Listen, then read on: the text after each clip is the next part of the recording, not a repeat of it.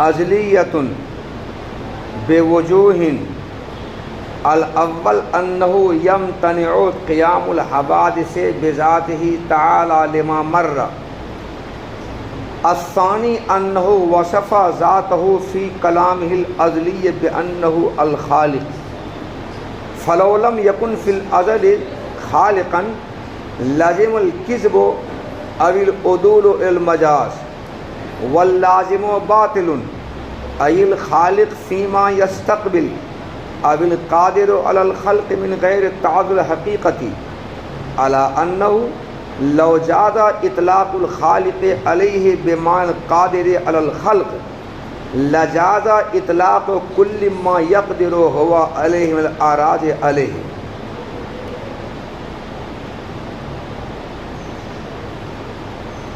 تکوین اللہ کی صفت ہے، یہ صفت اللہ تعالیٰ کی ازلی اور قدیم ہے۔ اس کے ازلی اور قدیم ہونے پر شارح نے 4 دلائل پیش کیے ہیں۔ 4 میں سے پہلی دلیل جمعرات کو میں نے بیان کر دی تھی۔ دوسری دلیل اللہ کی صفت تکوین کے ازلی قدیم ہونے پر آج سنو۔ دوسری دلیل یہ ہے اللہ تعالیٰ نے اپنے کلام ازلی میں قرآن پاک میں اپنا خالق اور مکون ہونا بیان فرمایا ہے۔ جب کلام ازلی میں اللہ تعالیٰ نے اپنا خالق اور مکون ہونا بیان فرمایا تو اللہ تعالیٰ اگر روز ازل میں خلق و تکوین کے ساتھ متصف نہیں ہوں گے تو اللہ تعالیٰ کا اپنے کلام ازلی میں اپنے آپ کو خالق اور مکون بتانا، اس بتانے میں اللہ کا جھوٹا ہونا لازم آئے گا۔ جب اللہ تعالیٰ نے کلام ازلی میں اپنے آپ کو خالق اور مکون کہا ہے، اس کا مطلب ازل ہی میں اللہ تعالیٰ خالق اور مکون ہے، اور ازل میں خالق اور مکون ہونے کے لیے ضروری ہے کہ خلق و تکوین کے ساتھ اللہ ازل ہی میں متصف ہوں، اور ازل ہی میں خلق و تکوین کے ساتھ متصف ہونے کے لیے ضروری ہے کہ خلق و تکوین ازل میں ہو۔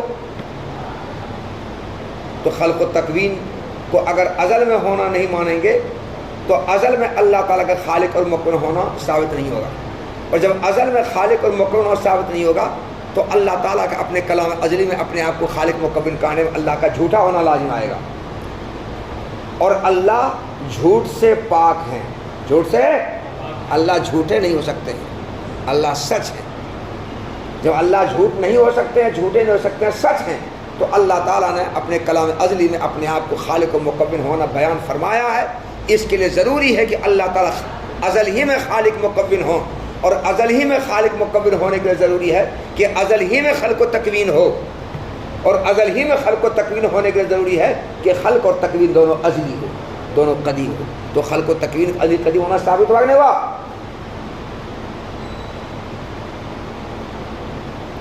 بعض لوگوں نے خلق و تکوین کے دونوں مترادف ہیں، ازلی و قدیم نہ ہونے بلکہ اس کے حادث ہونے، خلق و تکوین کے ازلی قدیم ہونے پر جو دلیل ابھی پیش کی ہے، بعض لوگوں نے اس دلیل کو رد کیا ہے یہ کہہ کر کے، ابھی خلق و تکوین کے قدیم ہونے پر دلیل دیا نا ابھی فوراً، تو اس دلیل کو رد کیا ہے یہ کہہ کر کے کہ بے شک اللہ تعالیٰ نے کلام ازلی میں اپنے آپ کو خالق اور مکون کہا ہے، مگر ازل میں اپنے آپ کو خالق اور مکون کہنا اللہ تعالیٰ کا یہ مجاز پر محمول ہے۔ کس میں محمول ہے؟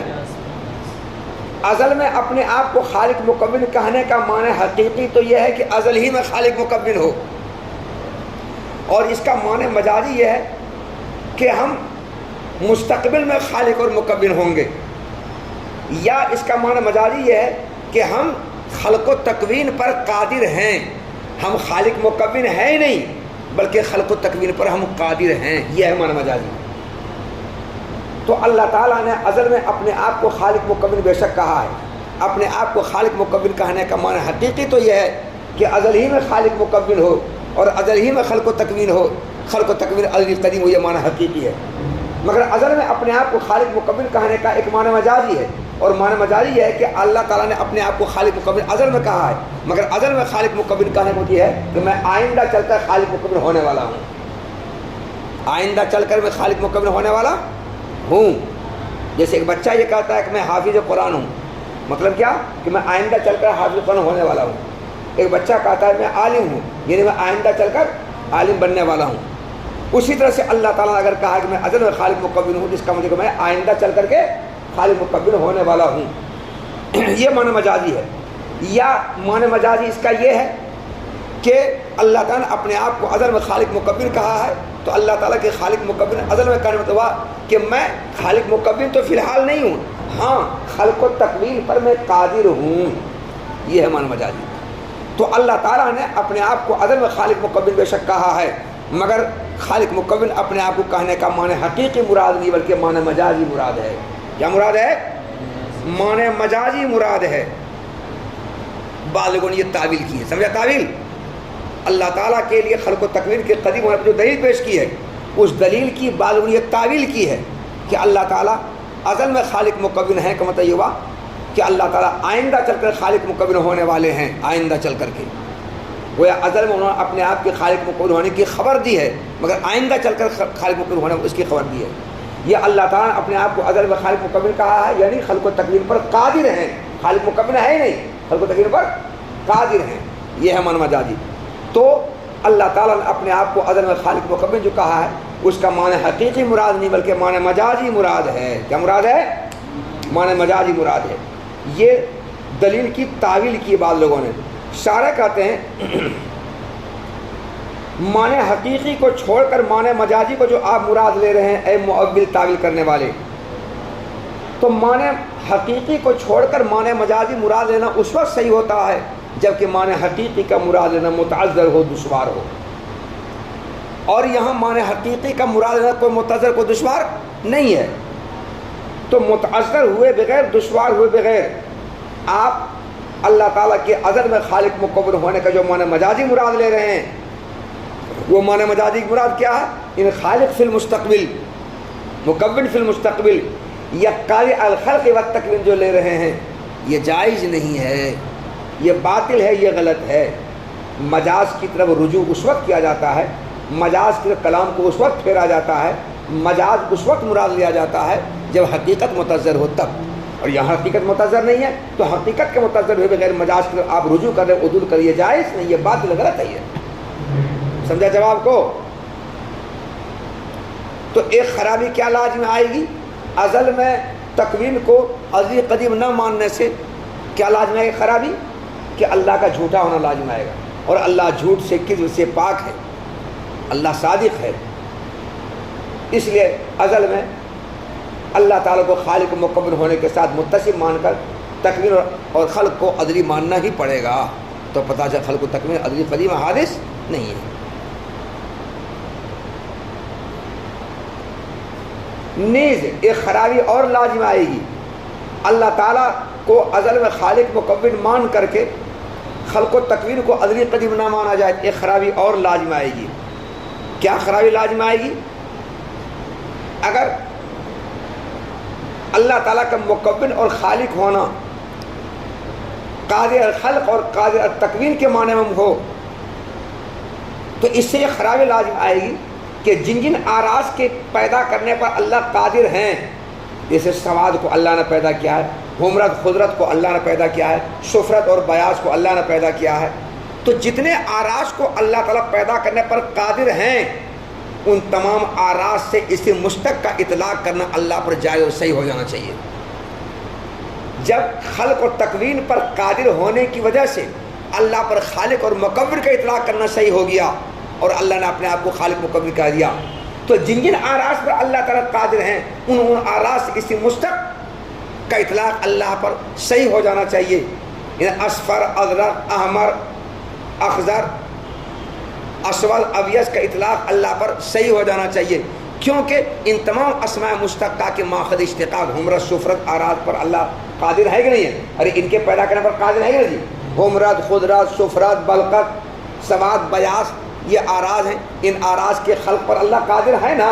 تو جن آراز پر اللہ قادر ہیں، تو کسی چیز پر قادر ہونے کے معنی میں جب اس چیز کے اسم مشتق کا اطلاق اللہ پر صحیح ہے تو پھر ان اراد پر اللہ قادر، ان اراد سے مشتق کا اطلاق اللہ پر صحیح ہونا چاہیے.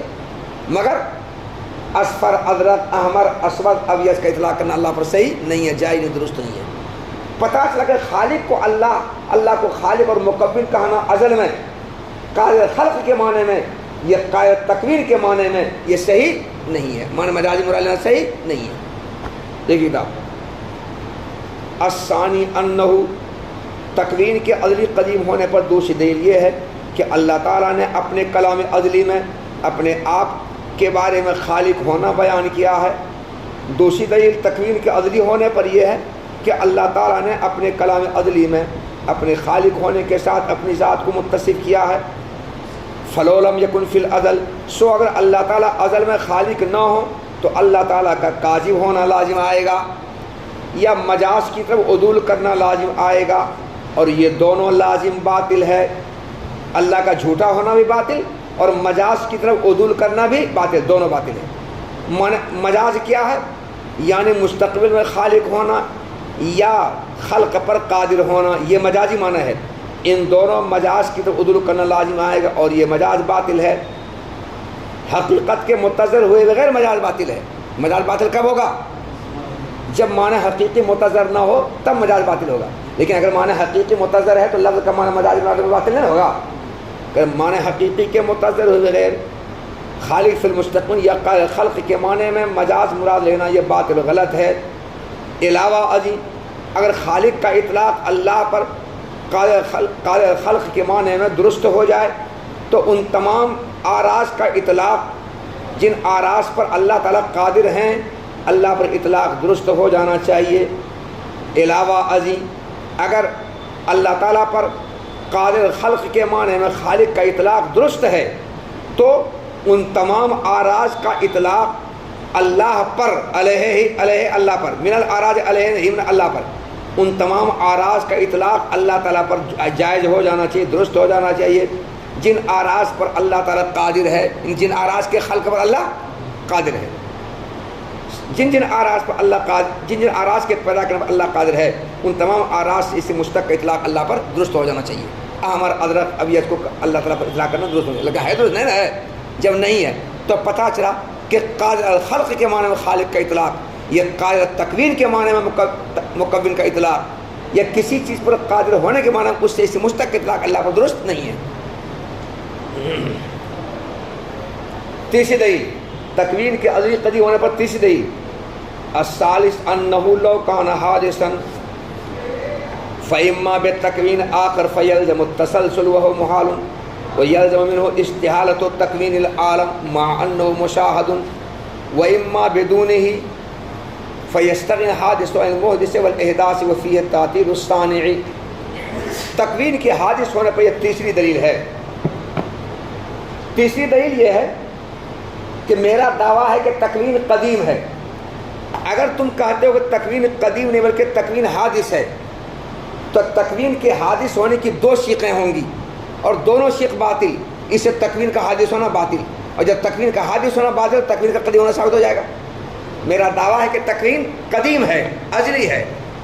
اگر تم کہتے ہو کہ تکوین حادث ہے تو تکوین کے حادث ہونے کی دو صورتیں، دو شقیں، اور دونوں صورتیں باطل، دونوں شقیں باطل. جب دونوں شقیں باطل، دونوں صورتیں باطل تو تکوین کا حادث ہونا باطل، اور جب تکوین کا حادث ہونا باطل تو تکوین کا قدیم ہونا ثابت ہو جائے گا. تکوین کے حادث ہونے کی دو شق کون کون؟ یا تو یہ تکوین کسی دوسری تکوین کی وجہ سے حادث ہوگی، اس تکوین کی وجہ سے حادث ہوگی، اور چونکہ جب اس تکوین کی وجہ سے حادث ہوگی تو یہ تکوین جب حادث ہوئی تو یہ بھی حادث ہوگی، اور ہر حادث اپنے وجود میں کسی مکون کا محتاج ہوتا ہے، کسی مکون کے تکوین کا محتاج ہوتا ہے. تو یہ تکوین بھی حادث ہونے کی وجہ سے کسی اور تکوین کا محتاج ہوگا.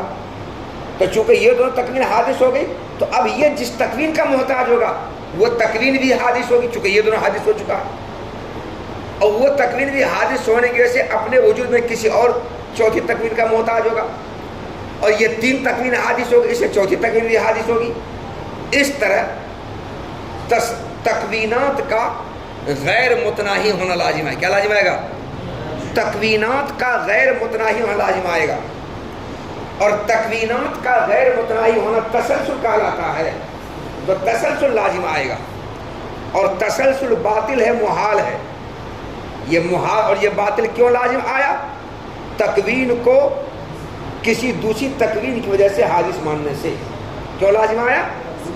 تکوین کو کسی دوسری تکوین کی وجہ سے حادث ماننے سے یہ محال باطل لازم آیا. تو پتہ چلا کہ تکوین کا حادث ہونا کسی دوسری تکوین کی وجہ سے محال ہے. تکوین کا کسی دوسری تکوین کی وجہ سے حادث ہونا محال ہے. تو تکوین کو کسی دوسری تکوین کی وجہ سے حادث ماننے سے ایک خرابی تو یہ لازم ہے. کیا خرابی؟ کہ تسلسل لازم آتا ہے. اور تسلسل محال کو مستلزم ہونے سے باطل ہے. تسلسل محال کو مستلزم ہونے سے باطل ہے. نیز تکوین کو کسی دوسری تکوین کے سے حادث ماننے سے ایک خرابی اور لازم آئے گی. کیا خرابی لازم آئے گی؟ دوسری خرابی یہ لازم آئے گی کہ عالم کے وجود کا محال ہونا لازم آئے گا. کیا لازم آئے گا؟ عالم کے وجود کا محال ہونا لازم آئے گا. کیونکہ عالم کا وجود تکوینات کے غیر متناہی ہونے پر موقوف ہوگا. کیا کس پر موقوف ہوگا؟ عالم کا وجود تکوینات کے غیر متناہی ہونے پر موقوف ہوگا. اور تکوینات کا غیر متناہی ہونا تسلسل کو تکوینات کا غیر متناہی ہونا محال کو مستلزم ہونے سے باطل ہے. اور جو چیز کسی باطل پر موقوف ہوتا ہے، محال پر موقوف ہوتا ہے، وہی باطل. تو عالم کا وجود باطل ہوگا نہیں؟ عالم کا وجود موقوف ہے کس پر؟ تکوینات کے غیر متناہی ہونے پر. نہیں، تکوینات غیر متناہیہ پر موقوف ہوگا. اور تکوینات غیر متناہیہ محال. اور جو کسی محال پر موقوف ہوتا ہے وہی محال. تو عالم کا وجود محال ہوگا نہیں؟ عالم کا وجود محال. حالانکہ عالم کا وجود محال نہیں ہے، بلکہ عالم تو موجود اور مشاہد ہے. عالم تو موجود اور مشاہد ہم دیکھ رہے ہیں. تو تکوین کو کسی دوسری تکوین کے سے حادث ماننے سے ایک خرابی یہ لازم آئی کہ تسلسل لازم آ رہا، تسلسل باطل ہے. دوسری خرابی کیا لازم آئی؟ کہ عالم کے وجود کا محال لازم آ رہا ہے، جبکہ عالم کا وجود مشاہد ہے، ہم آنکھوں سے دیکھ رہے ہیں، رات دن دیکھ رہے ہیں. یہ دو خرابی لازم آئی. یہ دو خرابی کیوں لازم آئی؟ تکوین کو کسی دوسری تکوین کی وجہ سے حادث ماننے سے. پتہ چلا تکوین کسی دوسری تکوین سے حادث نہیں ہوگی. جب تکوین کسی دوسری تکوین سے حادث نہیں ہوگی تو دوسری شق یہ ہوگی کہ تکوین کسی دوسری تکوین کے بغیر حادث ہوگی. تکوین کسی دوسری تکوین کے بغیر حادث ہوگی. تو تکوین حادث ہے مگر کسی دوسری تکوین کے بغیر حادث ہے. جب تکوین کسی دوسری تکوین کے بغیر حادث ہوا تو اس حادث کا محدث کے احداث سے، موجد کے ایجاد سے، مکون کی تکوین سے، خالق کے خلق سے، مخترع کے اختراع سے مستغنی اور بے نیاز ہونا لازم آیا. جب یہ تکوین حادث ہے مگر یہ دوسری تکوین کے بغیر حادث ہے تو کسی مکون کی تکوین سے بے نیاز ہوا، کسی موجد کے ایجاد سے بے نیاز ہوا، کسی مخترع کے اختراع سے بے نیاز ہوا، کسی خالق کے خلق سے بے نیاز ہوا، کسی محدث کے احداث سے بے نیاز ہوا. گویا یہ جو تکوین حادث ہے، نہ کسی محدث کے احداث کی اس کو ضرورت ہے، نہ کسی مخترع کے اختراع کی اس کو ضرورت ہے، نہ کسی خالق کے خلق کی اس کو ضرورت ہے، نہ کسی مکون کی تکوین کی اس کو ضرورت ہے. کسی مکون کی تکوین کے بغیر، کسی خالق کے خلق کے بغیر، کسی محدث کے احداث کے بغیر، کسی موجد کے ایجاد کے بغیر، کسی مخترع کے اختراع کے بغیر اپنے آپ یہ موجود ہو کر کے حادث ہوا، اپنے آپ موجود ہو گیا. یہ نہ ہوا. اور اس صورت میں حادث کا سانے سے، محدث سے، موجد سے، خالق سے، مکون سے بے نیاز ہونا لازم آتا ہے. کیا لازم آتا ہے؟ بے نیاز ہونا. جی یہ تکوین جو حادث ہے، جب اس کو ضرورت ہی نہیں ہے محدث کے احداث، موجد کے ایجاد، مخترع کے اختراع، خالق کے خلق کا، تو پھر یہ تکوین جو حادث ہوئی یہ محدث سے بھی، محدث موجد خالق مکبر سے بے نیاز ہوا، اور اس کے ایجاد اختراع احداث سے بھی بے نیاز ہوا۔ وہ حادث کا محدث کے احداث سے، موجد کے ایجاد سے، مخترع کے اختراع سے، مکبر کے تکوین سے، خالق کے خلق سے بے نیاز ہونا لازم آ رہا ہے۔ اور جب ایک حادث بے نیاز ہوا تو پھر پوری دنیا، پوری کائنات، پورا عالم، پورا سانے وہ بھی حادث ہے، تو وہ بھی اس محدث اور اس موجد، اس خالق، اس مکبر کے احداث، اختراع، ایجاد سے اور اس سے بے نیاز ہوگا۔ اس طرح پورا عالم اللہ تعالیٰ سے، اپنے بنانے والے سے بے نیاز ہو جائے گا۔ اور جب پورا عالم، پورا سنسار، پوری کائنات حادث ہونے سے جب اس سے بے نیاز ہوا تو اللہ تعالیٰ کا شان عالم کا بیکار محض ہونا لازم آیا، نہیں لازم آیا؟ اس کا بیکار محض، تو آپ کی ضرورت کیا ہے؟ اس کی کوئی ضرورت ہے؟ پھر اس کا بیکار ہونا لازم آ رہا ہے، بیکار محض ہونا لازم آ رہا ہے، جبکہ اللہ تعالیٰ بیکار محض نہیں ہے۔ شان عالم، محدث عالم، مخترع عالم، موجد عالم بیکار محض نہیں ہے۔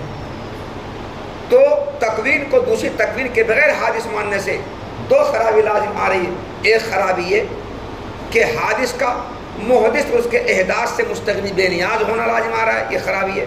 دوسری خرابی ہے کہ شانے کا بیکار محض ہونا لازم ہے، وہ شانے کی کوئی ضرورت کسی کو نہیں ہے۔ شان عالم کی، محدث عالم کی، موجد عالم کی کسی کو کوئی ضرورت نہیں ہے، یہ لازم آ رہا ہے۔ اور یہ دونوں باتیں باطل ہے کہ نہیں؟ غلط ہے نا؟ یہ غلط، یہ باطل کیوں لازم آیا؟ تکوین کو کسی دوسری تکوین کے بغیر حادث ماننے سے، اور جس سے کوئی باطل لائے نہیں وہی باطل، تو تکوین کا کسی دوسری تکوین کے بغیر حادث ہونا باطل، تو تکوین کا کسی دوسری تکوین کی وجہ سے حادث ہونا بھی باطل، اور تکوین کا کسی دوسری تکوین کے بغیر حادث ہونا بھی باطل۔ تو تکوین کے حادث ہونے کے دو شقیں تھیں، دونوں شقیں باطل، تو تکوین کا حادث ہونا باطل ہوا۔ اور جب تکوین کا حادث ہونا باطل ہوا تو حادث کا الٹا قدیم، تکوین کا قدیم ہونا ثابت ہوا۔ یہ ہے تکوین کا قدیم ہونے کی تیسری دلیل۔ الثالث انہ، تکوین کے قدیم ازلی ہونے کی تیسری دلیل یہ ہے کہ اگر تکوین حادث ہوگی تو دو شق، یا تو کسی دوسری تکوین کی وجہ سے حادث ہوگی، تو ایسی صورت میں تسلسل لازم آئے گا، اور تسلسل محال ہے، اور اس تسلسل کے محال ہونے سے عالم کے وجود کا محال ہونا لازم آئے گا، باوجود ہے کہ عالم مشاہد اور موجود ہے، ہم دیکھ رہے ہیں اپنی آنکھوں سے۔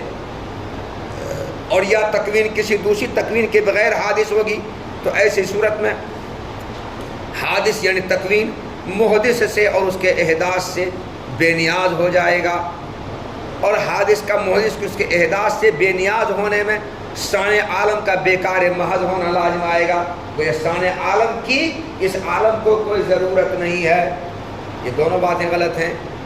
جب یہ غلط تو تکوین کا دوسری تکوین کے بغیر حادث ہونا غلط، اور جب یہ غلط تو تکوین کے حادث ہونے کی دونوں شق غلط۔ جب تکوین کے حادث ہونے کی دونوں شق غلط تو تکوین کا حادث ہونا غلط، حادث ہونا غلط تو قدیم ہونا ثابت ہو گیا۔ آگے اور راوی و انو لو حدث لحدث اما فی ذاتی فیسیر محل للحوادث او فی غیرہ کما ذهب الیہ ابو الحذیل من ان تکوین کل جسم قائم به فیکون کل جسم خالقا ومقبل نفسی ولا خفاء فی استحالته ومبنى هذه الأدلة على أن التكوين صفة حقيقية كالعلم والقدرت۔ اس کو چھوڑو ابھی، فی استحالته۔ دیکھو جی، تکوین کے قدیم ازلی ہونے کی چوتھی دلیل یہ ہے، پانی لاؤ جی، پانی لاؤ، آج لگتا سعد مر گیا، زندہ نہیں ہے، بیٹھو۔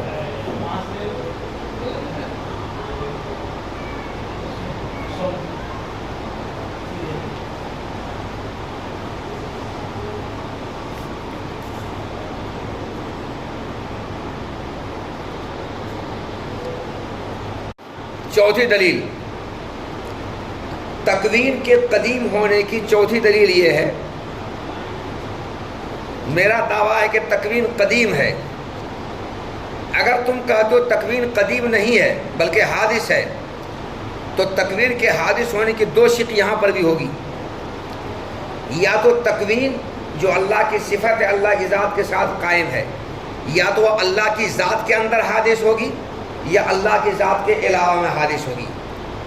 اللہ کی ذات کے علاوہ میں حادث ہونے کی بات معتزلہ میں سے ابو الحجیل اللاف کرتے ہیں۔ ابو الحجیل اللاف کا کہنا ہے کہ تکوین حادث ہے مگر اللہ کی ذات میں حادث نہیں ہے بلکہ اللہ کی ذات کے علاوہ میں حادث ہے۔ ان کا نظریہ یہ ہے، ان کا عقیدہ یہ ہے کہ ہر جسم کی تکوین اسی جسم کے ساتھ قائم ہے، اس جسم کی تکوین اس کے ساتھ قائم ہے، اس جسم کی تکوین اس کے ساتھ قائم ہے، اس جسم کی تکوین اس کے ساتھ قائم ہے، اس جسم کی تکوین اس کے ساتھ قائم ہے، اس جسم کی تکوین اس کے ساتھ قائم ہے، ہر جسم کی تکوین اس جسم کے ساتھ قائم ہے، ان کا کہنا ہے۔ تو ابو الحجیل اللہ معتزلہ میں سے ایک شخص ہے، اس کا یہ عقیدہ ہے کہ تکوین حادث ہے مگر اللہ کی ذات میں حادث نہیں بلکہ اللہ کے غیر میں حادث ہے۔ اللہ کے سوا جتنی چیزیں ہیں ان سب میں حادث ہے، کیونکہ ہر جسم کی تکوین خود اسی جسم کے ساتھ قائم ہے۔ جب ہر جسم کی تکوین اسی جسم کے ساتھ قائم ہے تو ہر جسم کی تکوین اسی جسم کے اندر حادث ہوئی کہ نہیں؟ تو اگر تکوین کو حادث مانتے ہو تو تکوین کے حادث ہونے کے دو شق، یا تکوین اللہ کی ذات میں حادث ہوگی یا اللہ کی ذات کے علاوہ میں حادث ہوگی، اور تکوین کے حادث ہونے کی یہ دو شقیں ہیں، دونوں شقیں باطل، تو تکوین کا حادث ہونا باطل۔ جب تکوین کا حادث ہونا باطل تو تکوین کا قدیم ہونا ثابت ہو گیا۔ تکوین کے حادث ہونے کی پہلی شق باطل کیسے؟ اگر تکوین اللہ کی ذات میں حادث ہوگی، اس لیے اللہ کی ذات ہے اور یہ تکوین ہے، یہ تکوین یہ اللہ کی ذات ہے، یہ اس کے اندر حادث ہوگی تو اللہ تعالیٰ کا حوادث کا محل ہونا لازم آئے گا۔ کس کا محل؟ یہ اللہ ہے اور یہ تکوین ہے، اس تکوین یہ حادث ہے، اس کا یہ اس میں حادث ہے، اس اللہ کا حوادث کا محل ہونا لازم آیا۔ تو تکوین کو اللہ کی ذات کے اندر حادث ماننے سے اللہ کی ذات کا حوادث کا محل ہونا لازم آ رہا ہے، اور اللہ تعالیٰ کی ذات کا حوادث کا محل ہونا غلط اور باطل، کیونکہ جو حوادث کا محل ہوتا ہے وہ خود حادث ہوتا ہے۔ اگر یہ اللہ کی ذات حوادث کا محل ہے تو اس سے خود اس کا حادث ہونا لازم آئے گا، اور اس کا حادث ہونا باطل محال غلط، یہ تو قدیم ہے، یہ اللہ کی ذات قدیم ہے۔ جب یہ اللہ کی ذات قدیم ہے تو یہ حادث کیسے ہو جائے گا؟ مگر اس کو اس حادث کا محل ماننے سے اس کا قدیم ہونا لازم آ رہا تھا، اس کا حادث ہونا لازم آ رہا تھا۔ تو چونکہ تکوین کو حادث ماننے سے اور اللہ کی ذات کے اندر حادث ماننے سے اللہ تعالیٰ کا حوادث کا محل ہونا لازم آ رہا ہے، اور اللہ تعالیٰ کا حوادث کا محل ہونا باطل، کیونکہ حوادث کا محل ہونے سے خود اللہ کی ذات کا حادث ہونا لازم آ رہا ہے، اور اللہ کی ذات کا حادث ہونا باطل، اللہ قدیم ہے۔ تو جب اللہ کا ذات کا حادث ہونا باطل تو اللہ کا محل حوادث ہونا باطل، جب محل حوادث ہونا باطل تو تکوین کا اللہ کی ذات کے اندر حادث ہونا باطل، جب تکوین کا اللہ کی ذات کے اندر حادث ہونا باطل تو پہلی شق باطل ہو گئی۔ پہلی شق کیا تھی؟ کہ تکوین اللہ کی ذات میں حادث ہوگی، یہ پہلی شق باطل ہو گئی۔ پتہ سے تکوین حادث ہوگی مگر اللہ کی ذات میں حادث نہیں ہوگی، تو دوسری شق آ گئی کہ اللہ کی ذات کے علاوہ میں حادث ہوگی۔ اگر یہ کہتے ہو کہ اللہ تعالیٰ کی ذات کے علاوہ حادث ہوگی، جیسا کہ ابو الحجیل اللہ کا مذہب ہے، ان کا عقیدہ، ان کا نظریہ ہے، کیا نظریہ ہے؟ کہ ہر جسم کی تکوین خود اسی جسم کے ساتھ قائم ہوتی ہے، اور قاعدہ یہ ہے کہ تکوین جس کے ساتھ قائم ہوگی مکون وہی ہوگا، علم جس کے ساتھ قائم ہوگا عالم وہی ہوگا، قرات جس کے ساتھ قائم ہوگی قاری ہوگا دوسرا ہوگا وہ۔ اگر قرات اس کے ساتھ قائم ہے تو قاری یہ نہ ہوگا، ویسے علم جس کے ساتھ قائم ہوگا عالم وہ نہ ہوگا، علم اس کے ساتھ قائم اور عالم دوسرا ہو جائے گا۔ تو پتہ چلا کہ جس کے ساتھ علم قائم، جس کا ساتھ قرات قائم، جس کے ساتھ حفظ قرآن قائم ہوتا ہے، حافظ قرآن قاری اور عالم وہی ہوتا ہے۔ تو تکوین جس کے ساتھ قائم ہوئے مکون وہی ہوگا۔ تو اگر ہر جسم کی تکوین خود اس جسم کے ساتھ قائم ہے تو ہر جسم کا اپنے آپ کا مکون ہونا لازم آئے گا، ہر جسم کا اپنے آپ کا مکون اور خالق ہونا لازم آئے گا، اور ہر جسم کا اپنے آپ کا مکون اور خالق ہونا یہ خالق الشیء لنفسی کہلاتا ہے، مکون الشیء لنفسی کہلاتا ہے۔ کسی شے کا خود اپنے آپ کا مکون ہونا، کسی شے کا خود اپنے آپ کا خالق ہونا لازم آتا ہے۔ اور بتاؤ کسی شے کا اپنے آپ کا مکمل خالق ہونا محال ہے، باطل ہے کہ ممکن ہے؟ تم اپنے آپ کے خالق مکمل اپنے آپ ہو جاؤ گے، تم اپنے آپ کو خلق کر لو گے، خلق تمہارا دوسرا کیوں کرے گا؟ اپنے آپ کو تم خود وجود میں سے عدم سے لیا ہوگا تو دوسرا لائے گا. مگر یہاں پر کیا لازم آ رہا ہے؟ دنیا کی ہر چیز کا اپنے آپ کا خالق و مکمل لازم آ رہا ہے. اور اپنے آپ کا خالق مکمل ہونے کا کہ خالق خود سے نفسی لازم آ رہا ہے، مکبر سے نفسی لازم آ رہا ہے. کسی چیز کا خود اپنے آپ کا خالق مکمل لازم آ رہا ہے، اور یہ ہے غلط، یہ ہے محال. کسی شے کا اپنے آپ کا خالق مکمل ہونا محال. یہ محال کیوں لازم آیا؟ تکوین کو اللہ کی ذات کے علاوہ میں حادث ماننے سے. تو پتہ ہے تکوین اللہ کی ذات کے علاوہ میں بھی حادث نہیں ہوگی. نہ تو تکوین اپنی ذات میں حادث ہوگی، نہ تکوین اللہ کی ذات کے علاوہ میں حادث ہوگی. نہ تکوین اللہ کی ذات میں حادث ہوگی، نہ تکوین اللہ کی ذات کے علاوہ میں حادث ہوگی. کہیں بھی حادث نہیں ہوگی. تو تکوین کے حادث ہونے کی دو شقیں تھیں نا، دونوں شقیں باطل ہو گئی. جب دونوں شقیں باطل ہو گئی تو تکوین کا حادث ہونا باطل ہو گیا. اور جب تکوین کا حادث ہونا باطل، تکوین کا قدیم ہونا ثابت ہو گیا. کتاب دیکھو. الرابع انہ، تکوین کے ازلی قدیم ہونے پر چوتھی دلیل یہ ہے کہ اگر تکوین حادث ہوگی تو یا تو اللہ تعالیٰ کی ذات میں حادث ہوگی، تو ایسی صورت میں اللہ کی ذات محل حوادث ہو جائیں گے، اور اللہ تعالیٰ کا محل حوادث ہونا باطل، کیونکہ اس سے خود اللہ تعالیٰ کا حیض لازم آ رہا ہے. یا تکوین اللہ کی ذات کے علاوہ میں حادث ہوگی، جیسا کہ ابو الحجیل اللاف کا یہی مذہب ہے. کیا مذہب ہے؟ کہ ہر جسم کی تکوین خود اسی جسم کے ساتھ قائم ہوتی ہے. جب ہر جسم کی تکوین خود اسی جسم کے ساتھ قائم ہوگی، حالانکہ تکوین جس کے ساتھ قائم ہوتی ہے مکون وہی ہوتا ہے، تو پھر ایسی صورت میں ہر جسم اپنے آپ کا خالق اور مکون ہو جائے گا. پھر ایسی صورت میں ہر جسم خود اپنے آپ کا خالق اور مکون ہو جائے گا، اور ہر جسم کا اپنے آپ کا خالق اور مکون ہونا محال ہے. اور اس کے محال ہونے میں کوئی خفا نہیں ہے، کوئی خفا ولا خفا فی استعالتی. اور ہر جسم کا اپنے آپ کا خالق مکون ہونا محال ہونے میں کوئی خفا نہیں ہے، کوئی پوشیدگی نہیں، بالکل آیا ہے، ظاہر ہے. اور ہر جسم کا اپنے آپ کو خالق مکمل جب محال ہوا، یہ محال کیوں لازم آیا؟ تکوین کو اللہ کی ذات کے علاوہ حادث ماننے سے. تو اللہ کی ذات کے علاوہ حادث ہونا باطل. تو اب اللہ کی ذات میں حادث ہونا باطل، اللہ کی ذات کے علاوہ حادث ہونا باطل. جب دونوں شقیں باطل تو تکوین کا حادث ہونا باطل. جب تکوین کا حادث ہونا باطل تو تکوین کا قدیم ہونا ثابت ہو گیا. ومبنى هذه الأدلة على أن التكوين صفة حقيقية كالعلم والقدرة، والمحققون من المتكلمين على أن الإضافات والاعتبارات العقلية مثل كون الصانع تعالى وتقدس قبل كل شيء وما هو بعده مذكورا بألسنة ومعبودا ومميتا ومحيا ونحو ذلك. والحاصل في العدل هو مبدأ التخليق والترزيق والإماتة والإحياء وغير ذلك، ولا دليل على كون صفة أخرى سوى القدرة والإرادة، فإن القدرة وإن كانت نسبتها إلى وجود المكون وعدمه على السواء، لكن مع انضمام الإرادة يتخصص أحد الجانبين. شارح رحمۃ اللہ علیہ آگے جو بات کہہ رہے ہیں، اس بات سے شارح رحمۃ اللہ علیہ کا مقصد عشاعرہ کے مذہب، ان کے مسلک کی تائید کرنا ہے، اور ماتریدیہ کی تردید کرنا ہے. شارح رحمۃ اللہ علیہ چونکہ اشعری ہیں، ماتریدی نہیں ہے، اس لیے آگے جو بات کہنے جا رہے ہیں اس سے اشاعرہ کے مذہب کو، ان کے عقیدہ کو مضبوط کرنا، اور ماتریدیہ کے عقیدہ کو، ان کے مذہب کو کمزور کرنا ان کا مقصد. اگلی جو بات کر رہے ہیں، شارح کہتے ہیں دیکھو جی، اشاعرہ اور ماتریدیہ میں اختلاف ہے اس بات کو لے کر. یہ پہلے بھی بول چکے ہیں کئی بار، پھر ہم بول رہے ہیں. اس بات کو لے کر اختلاف ہے کہ اللہ تعالیٰ کی صفات حقیقیہ تو ساتے ہیں، علم، قدرت، ارادہ، مشیت، کلام، حیات، سمع، بصر، بس. تکوین نہیں ہے. تکوین تو اشاعرہ کا یہ کہنا ہے کہ اللہ تعالیٰ کی صفات حقیقیہ ساتے ہیں، تکوین اللہ کی کوئی صفت نہیں ہے. اے ماتریدیہ، جس کو تم تکوین کہتے ہو وہ یا تو عین قدرت ہے یا وہ عین ارادہ ہے. ارادہ اور قدرت کے علاوہ کوئی دوسری صفت تکوین ہے ہی نہیں. جس کو تم تکوین کہتے ہو وہ یا تو عین قدرت ہے یا وہ عین ارادہ ہے. ارادہ اور قدرت سے ہٹ کر کے تکوین کچھ ہے ہی نہیں، کوئی صفت ہے ہی نہیں. تکوین ایک امر اضافی اور امر اعتباری ہے.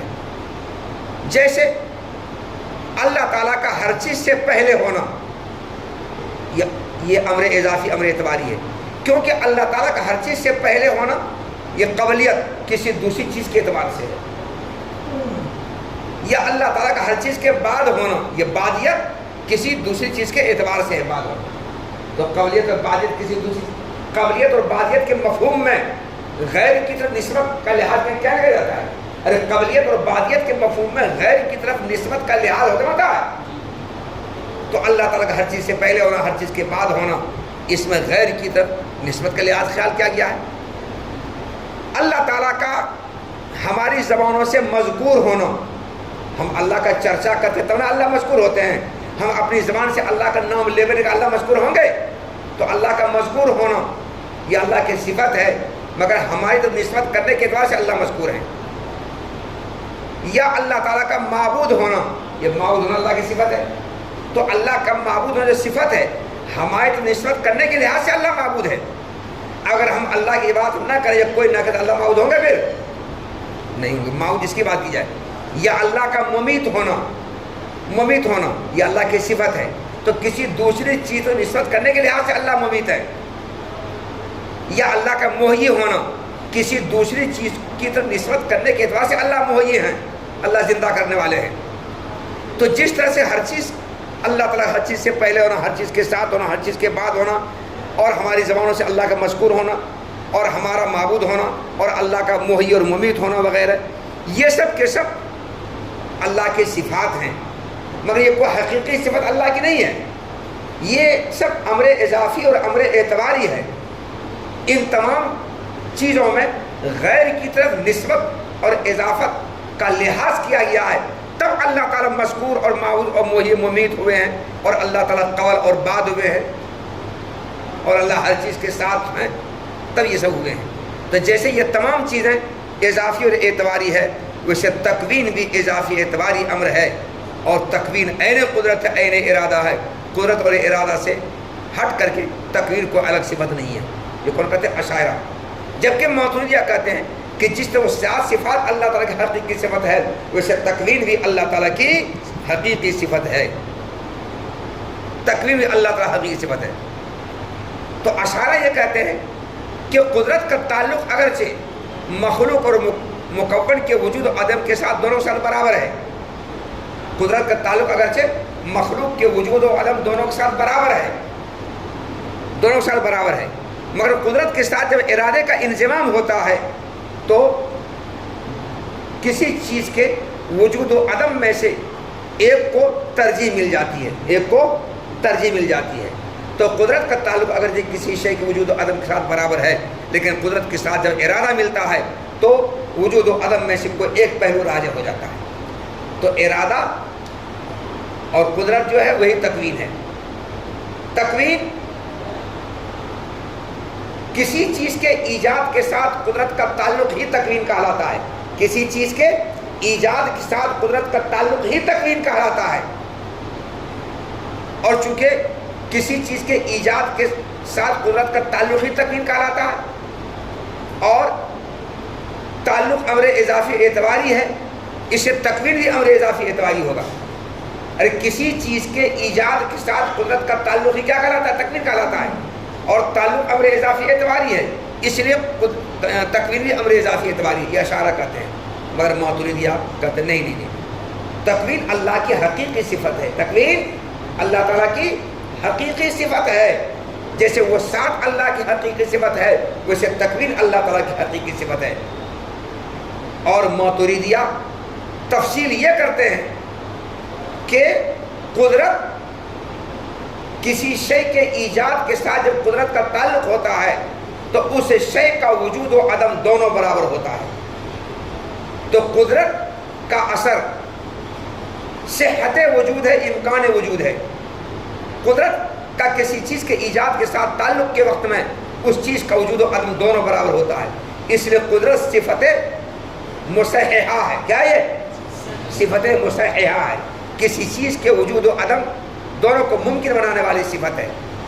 اور کسی چیز کے ایجاد کے ساتھ جب ارادے کا تعلق ہوتا ہے، کسی چیز کے ایجاد کے ساتھ جب ارادے کا تعلق ہوتا ہے تو اس چیز کے عدم پر اس چیز کا وجود راجع ہو جاتا ہے، اس چیز کے عدم پر اس چیز کا وجود راجع ہو جاتا ہے. اس لیے ارادہ صفت مرجحہ ہے. ارادہ کیا ہے جی؟ صفت مرجحہ ہے. اور تکوین کسی چیز کے ایجاد کے ساتھ جب تکوین کا تعلق ہوتا ہے تو وہ چیز موجود ہو جاتی ہے. کسی چیز کے ایجاد کے ساتھ جب تکوین کا تعلق ہوتا ہے تو وہ چیز فوراً موجود ہو جاتی ہے. وہ ایک تکوین صفت مؤثرہ ہے. یعنی کسی چیز کو عدم سے وجود میں لانے والی صفت کون ہے؟ تکوین. ماتریدیہ کہتے ہیں کہ قدرت صفت مصححہ ہے، ارادہ صفت مرجحہ ہے اور تکوین صفت مؤثرہ ہے. جب ارادہ صفت مرجحہ، قدرت صفت مصححہ اور تکوین صفت مؤثرہ ہے، جب تینوں میں یہ فرق ہے کہ ایک کسی شے کے عدم وجود دونوں کو برابر کرنے والی صفت ہے، دونوں کے وجود کو ممکن ماننے والی صفت ہے، اور دوسری کسی شے کے عدم پر اس کے وجود کو ترجیح دینے والی صفت ہے، اور تیسری کسی چیز کو عدم سے وجود میں لانے والی صفت ہے، تو بھلا یہ تینوں ایک کیسے ہو جائیں گے؟ تکوین عین قدرت عین ارادہ کیسے ہو جائے گا؟ یہ ماتریدیہ نے کہا. تو اس تفصیل سے ماتریدیہ اور اشاعرہ کے درمیان آپ کو اختلاف سمجھ میں آیا. اس اختلاف میں اشاعرہ شاعر اشعری ہے اور معطل ماتریدی ہیں. تو معطل نے تکوین کے ازلی قدیم ہونے پر 4 دلائل پیش کیے ہیں. شاعر رحمۃ اللہ علیہ چونکہ اشعری ہیں اس لیے ان چاروں دلائل کو کمزور ثابت کرنے کے لیے کہہ رہے ہیں کہ اے معطل، تکوین کے قدیم ازلی ہونے پر جو آپ نے 4 دلائل دیے ہیں، ان چاروں دلائل کی بنیاد تکوین کے ازلی قدیم ہونے پر دی گئی ان چاروں دلائل کی بنیاد اس بات پر ہے کہ تکوین اللہ کی حقیقی صفت ہو، جیسے علم اور قدرت اللہ کی حقیقی صفت ہو. جس طرح سے علم و قدرت اللہ تعالیٰ کی حقیقی صفت ہے، ویسے تکوین بھی اللہ تعالیٰ کی حقیقی صفت ہو. اسی پر ان چاروں دلائل کی بنیاد ہے. لیکن اگر تکوین کو ہم حقیقی صفت نہیں مانیں گے، اگر تکوین کو علم و قدرت کی طرح اللہ کی حقیقی صفت مانیں گے، تب تو تکوین کے ازلی قدیم ہونے پر دی گئی یہ 4 دلائل صحیح ہو جائیں گے. لیکن اگر تکوین کو اگر حقیقی ازلی صفت نہیں مانیں گے، جیسا کہ محققین متکلمین نے تکوین کو اللہ کی حقیقی ازلی صفت نہیں مانا ہے، بلکہ انہوں نے تکوین کو امر اضافی امر اعتباری مانا ہے. تو اگر تکوین کو اللہ کی حقیقی ازلی صفت نہیں مانیں گے بلکہ اس کو امر اضافی امر اعتباری مانیں گے جیسا کہ محققین متکلمین نے مانا ہے، تو اس صورت میں تکوین کے ازلی قدیم ہونے پر دیے گئے یہ چاروں دلائل صحیح نہیں ہوں گے. کیونکہ جب تکوین ازلی اور قدیم، کیونکہ تکوین جب امر اضافی امر اعتباری ہوگی تو تکوین کا ازلی قدیم ہونے پر جو دی گئی پہلی دلیل ہے، وہ پہلی دلیل میں کیا کہا گیا تھا کہ تکوین اگر حادث ہوگی تو اللہ تعالیٰ کا محل حادث لازم ہے، کہا تھا. یہ پہلی دلیل صحیح نہیں ہوگی کیونکہ امر اضافی اور امر اعتباری کا اللہ کی ذات کے ساتھ قائم ہونا درست ہے، اس میں کوئی حرج نہیں ہے، کوئی حرج نہیں ہے. اگر وہ امر اضافی امر اعتباری حادث بھی ہے تو اس کا اللہ کی ذات کے ساتھ قائم ہونا میں کوئی حرج نہیں ہے. جیسے اللہ تعالیٰ کا ہر چیز سے پہلے ہونا، قبلیت، بعدیت، معیت، مذکور، معبود، مومید، یہ سب حادث ہیں، یہ سب حادث ہیں، یہ سب حادث ہیں. تو جب یہ سب حادث ہیں تو اللہ تعالیٰ کا تکوین اور کا امر اضافی امر اعتباری ہونا یہ بھی حادث ہوگا، اور اللہ تعالیٰ کے ساتھ اس کا قائم ہونے میں کوئی استحالہ نہیں ہے، اللہ تعالیٰ کے اس کا محل ہونے میں کوئی استحالہ نہیں ہے. تو تکوین کے ازلی قدیم ہونے پر دی گئی جو پہلی دلیل ہے کہ اگر تکوین کو حادث مانو گے تو اللہ تعالیٰ کا محل حوادث میں لازم آئے گا، یہ دلیل صحیح نہیں ہوگی کیونکہ امر اضافی امر اعتباری کا اللہ کی ذات کے ساتھ قائم ہونا جائز درست ہے. اسی طرح تکوین کے امر اضافی امر اعتباری ہونے پر دی گئی جو تیسری دلیل ہے، تیسری دلیل میں جو کہا گیا ہے کہ اگر تکوین حادث ہوگی تو یا تو دوسری تکوین کی وجہ سے حادث ہوگی یا دوسری تکوین کی وجہ سے حادث نہیں ہوگی، اور دوسری تکوین سے حادث ہونے سے تسلسل کے محال ہونے کی جو بات کہی گئی ہے یہ بھی دلیل صحیح نہیں ہوگی کیونکہ امر اضافی اور امر اعتباری کا کسی دوسری تکوین کی وجہ سے حادث ہونا کوئی استحالہ نہیں ہے، ہو سکتی ہے. امر اضافی امر اعتباری تکوین کو ماننے وقت میں کسی دوسری تکوین سے حادث ہونے میں کوئی گڑبڑی، اس میں کوئی خرابی نہیں ہو سکتی ہے، کوئی اس میں حرج نہیں ہے. تو تکوین کے ازلی قدیم ہونے پر جو دلائل دیے گئے ہیں، ان دلائل کی بنیاد اس بات پر ہوگی کہ تکوین اللہ کی حقیقی صفت ہو۔ جب حقیقی صفت مانیں گے تب یہ دلائل صحیح ہوں گے۔ جیسے علم قدرت حقیقی صفت ہے، اگر تکوین کو حقیقی صفت نہیں مانیں گے، جیسا کہ متکلم محققین نہیں مانتے ہیں بلکہ امر اضافی امر اعتباری مانتے ہیں، تو پھر تکوین کے ازلی قدیم ہونے پر دیے گئے دلائل اس میں کوئی صحیح نہیں، وہ سارے دلائل کمزور ہوں گے، سارے دلائل۔ چوتھی دلیل بھی کمزور، تیسری دلیل بھی کمزور، پہلی دلیل بھی کمزور اور دوسری دلیل کمزور، سب دلیل کمزور ہوگی۔ دیکھو وہ مبنا حادل عدلتی، اور تکوین کے ازلی قدیم ہونے پر دیے گئے ان دلائل کی بنیاد اس بات پر ہے کہ تکوین اللہ کی حقیقی صفت ہے، جیسے علم قدرت اللہ کی حقیقی صفت ہے۔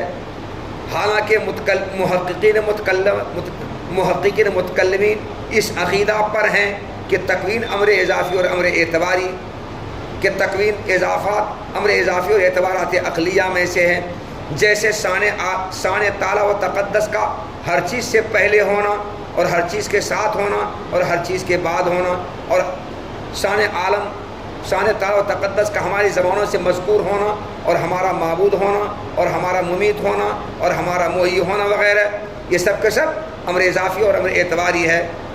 اسے تکوین بھی امر اضافی امر اعتباری ہے۔